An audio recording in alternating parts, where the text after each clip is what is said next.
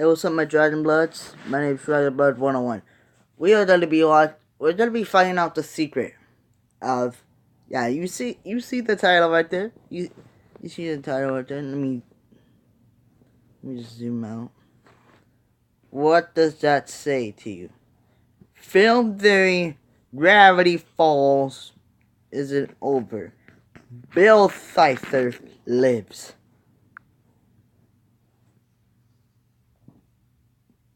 Yeah, he's back. Bill Cipher's back. Also, before we continue, hold up. Boom! Top of the morning to y'all laddies. This is St. Patrick's Day, sure, for today. Plus, read that. Reading backwards. If you can't read that, if you cannot read, somebody just, anyone who knows how to edit, try to read what that says. It basically glows in the dark. I'm just gonna make it easier. It glows in the dark. I would test it out right now, but maybe later in one video. But so yeah, I got like a app on my phone that allows on my phone, it makes my hair look green, my eyes red, green. I'll try that out maybe in another video. Who knows? But anyway, let's just go with this, okay? Let's go. Good night, Mabel. Good night, Dipper. Yep.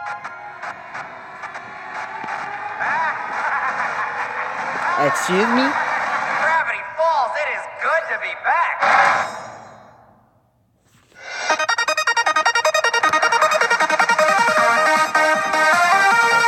Dude, his intro, Somedays intros is awesome. Yeah, science. Hello, Internet. Welcome to Wreath with destroying your favorite shows' perfect endings one by Oh, I one. know how you And did today that, is yeah. going to be no exception. Partly because Gravity Falls is a show that I never want to end, but mostly because when you look at how this show actually ended, the evidence points to there being much more to this story than we saw play out on screen. Now, the show's final trilogy of episodes at first glance does pretty much everything that a great series finale is supposed to. Family grudges are forgiven, loved ones are saved, and evil is finally defeated. But rewatching the finale, there was one thing that just didn't quite sit right with me. In the finale, Bill Cipher, evil Dorito of Gravity Falls, travels to our world to create Why the are you apocalypse telling he me? calls Weirdmageddon. However, once here on Earth, he realizes that he's trapped in Gravity Falls due to the town's Natural law of weirdness magnetism. in order to escape and spread his reign of weirdness to the rest of the world, Bill has to get inside the mind of one man, Ford Pines, resident genius, paranormal investigator, and great uncle to our heroes Dipper and Mabel. However, this requires that Bill make a deal with Ford by shaking his hand. To defeat Bill once and for all, Ford and his twin brother Stanley switch clothes to trick Bill into making the deal with the much less able-minded Stan. With the deal made and Bill now trapped inside Stan's head, Ford uses a gun that can erase memories on Stanley, wiping out everything in his mind, including Bill Cipher himself. Stan, in a moment of pure heroism, makes the ultimate sacrifice, losing himself, losing his identity, and losing all memories of the loved ones he left behind. For about 3 minutes. Yeah, it's not all that much of a sacrifice as it turns out, as Stan's memories come back in less time than it takes to mix up a blender full of Mabel juice. So what's going on here? Well, thankfully, journal number 3 gives us a little more context on how all this happened. Quote, it turns out that the memory rays effects can be undone through exposure to important images and people from your past. The reason Stan recovered so much faster is that we began recovery while the erasure was still fresh, less than an hour after contact. End quote. But at this point, you've probably figured out where I'm going with all this. If all of Grunkle Stan's memories weren't permanently wiped out, Would that also mean that Bill Cipher wasn't permanently wiped out? It's a question that fans have been asking for the past 2 years. Is Bill Cipher, the main antagonist of Gravity Falls, really dead? And I am here today to tell you no. Bill Cipher is alive and well and living in Paris with Jacques Brel. Sorry, never mind that last bit. It's a really obscure musical theater reference that no one, and I mean no one will get. In all seriousness, though, looking at all the evidence from the end of the show, as well as content that's been released after the series ended, points to Bill Cipher still kicking around. And not just kicking around. What we unearth today will not only change your thoughts about the end of the series, but also everything you thought you knew about one of your favorite characters. Intrigued? Excellent. Grappling hook away! First, we can absolutely prove that Bill isn't dead. During the finale, when Bill was trapped inside Stan's mind, Bill decides to make these strange noises.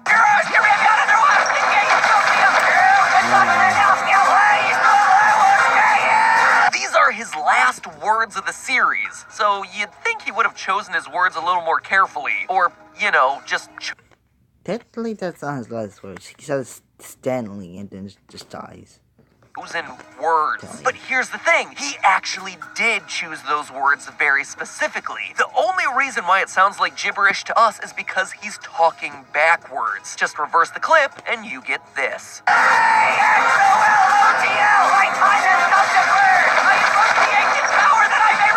Invoke the ancient power that I may return. Okay, that makes it pretty clear that he ain't planning on leaving this mortal coil anytime soon, but what's all this about an axolotl? Well, it turns out that the answer is given to us in a book titled Dipper and Mabel and the Curse of the Time Pirate's Treasure. Now, this book was confirmed to be non-canon, except Alex Hirsch, the creator of the show, tweeted that it does contain one enormous canon secret. So in the book, Dipper and Mabel end up face-to-face with this all-powerful cosmic axolotl, and are each granted one question. Dipper asks the very responsible and very logical question of, what do you know about Bill Cipher? To which the axolotl replies, quote, 60 degrees that come in threes. Watches from within birch trees. Saw his own dimension burn, misses home, and can't return. Says he's happy, he's a liar, blamed arson for the fire. If he wants to shirk the blame, he'll have to invoke my name.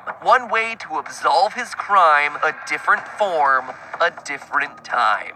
End quote. Gotta love those classic rhyming couplets. Now, look at those last few lines. Invoke my name to absolve the crimes as a different form in a different time. Yeah, this is pretty obvious why Bill was chanting in reverse right before he was literally brainwashed away. And presumably the axolotl granted his wish, preserving him in a different form and a different time. That's a pretty strong case for Bill still being alive, but if that's truly the case, then that begs the question of what new form could he possibly be in? Well, why not the form that he was already trapped in?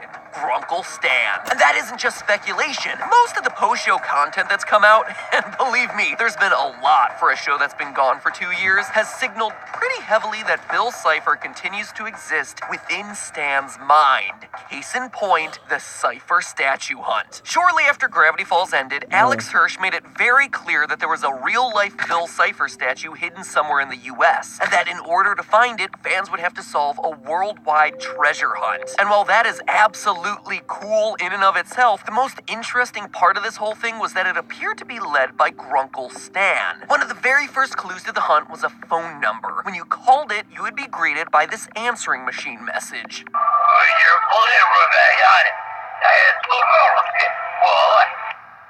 Immediately, you can recognize Stan's voice, but something's a bit off. It's in reverse. Now, this definitely could just be some attempt to make the quest slightly harder, but it's worth noting that every time a character has ever spoken in reverse during the series, it was because of Bill. In the episode Dreamscapers, Gideon speaks in reverse after reading a chant that summons Bill. In A Tale of Two Stans, Ford speaks backwards after falling into a dimensional portal and when seeing Bill.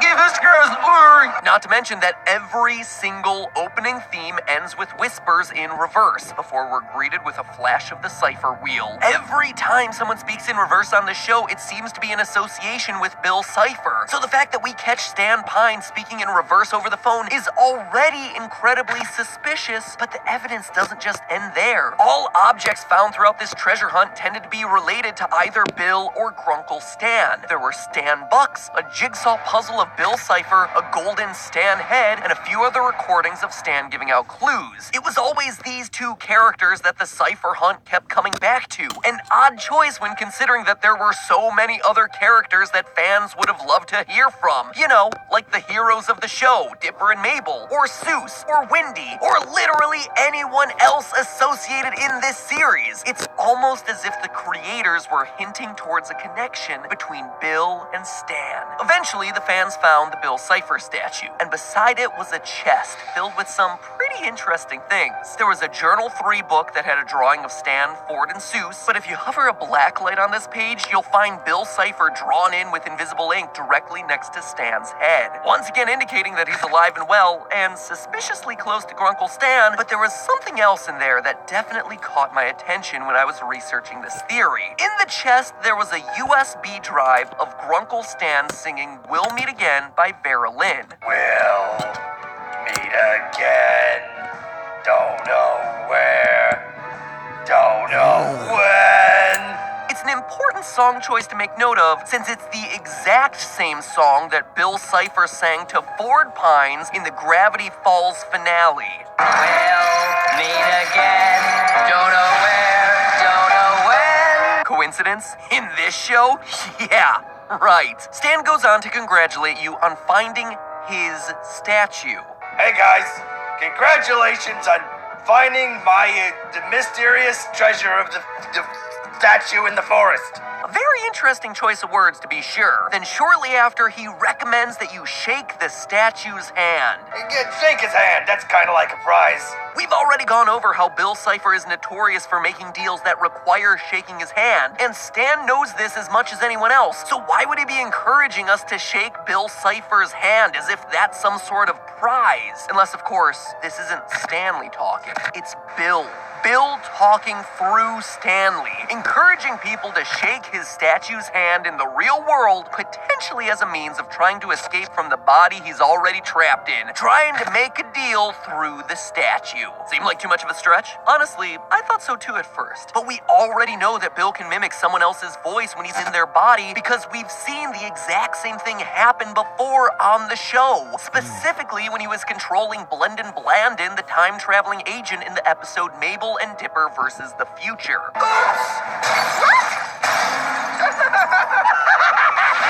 So it's definitely plausible that the person we're listening to isn't Stanley at all. But I know, there's still one big problem that I'm sure a lot of you will be asking in the comments. If Bill is still alive and is somehow controlling Stanley, then why in the finale aren't his eyes yellow with an elongated pupil? The signature look of someone who's under Bill Cipher's control. Well, it's because Bill only controls Stan when he sleeps. Now, before you run down to the comments to tell me that that's a huge leap in logic, hear me out here. It is canonically something Bill has done in the past, specifically with Stan's brother Ford. In the official Journal 3 book, Ford describes a deal that he made with Bill 30 years before the events of the show. A deal where he let Bill enter his mind and control his body. But during the terms of the deal, Bill could only control Stanford's body when he was sleeping. Page 118 of the journal.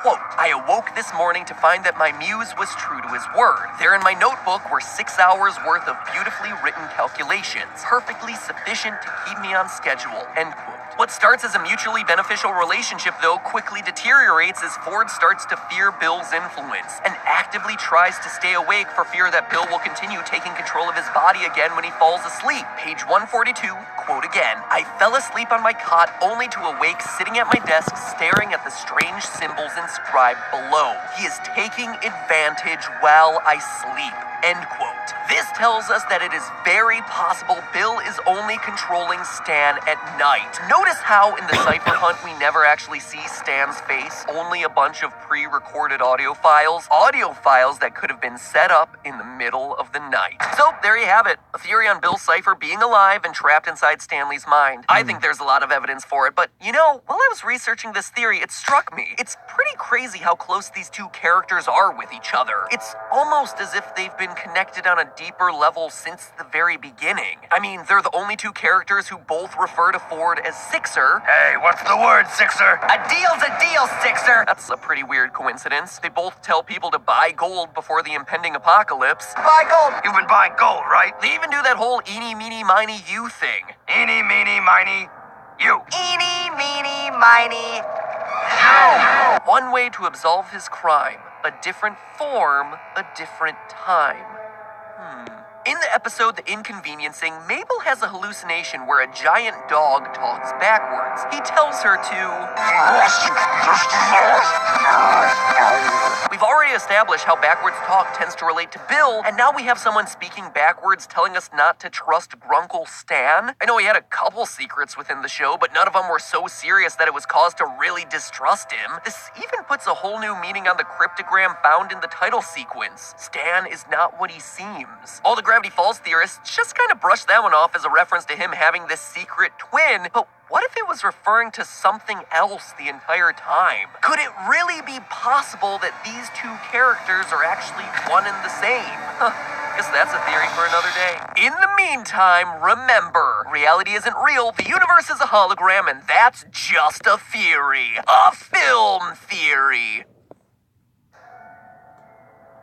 Okay. Yes, that's it.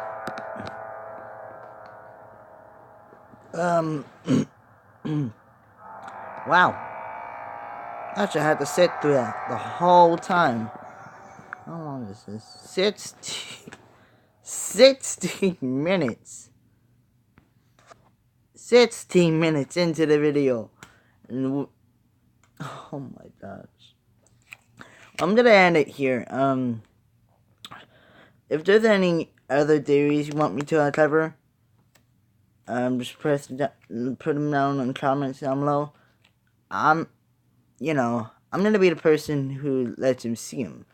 But if you've actually subscribed to him, then yeah, you've already probably seen this theory and stuff. But yeah, you know.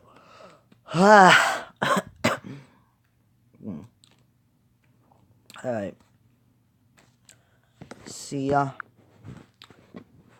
Bye bye.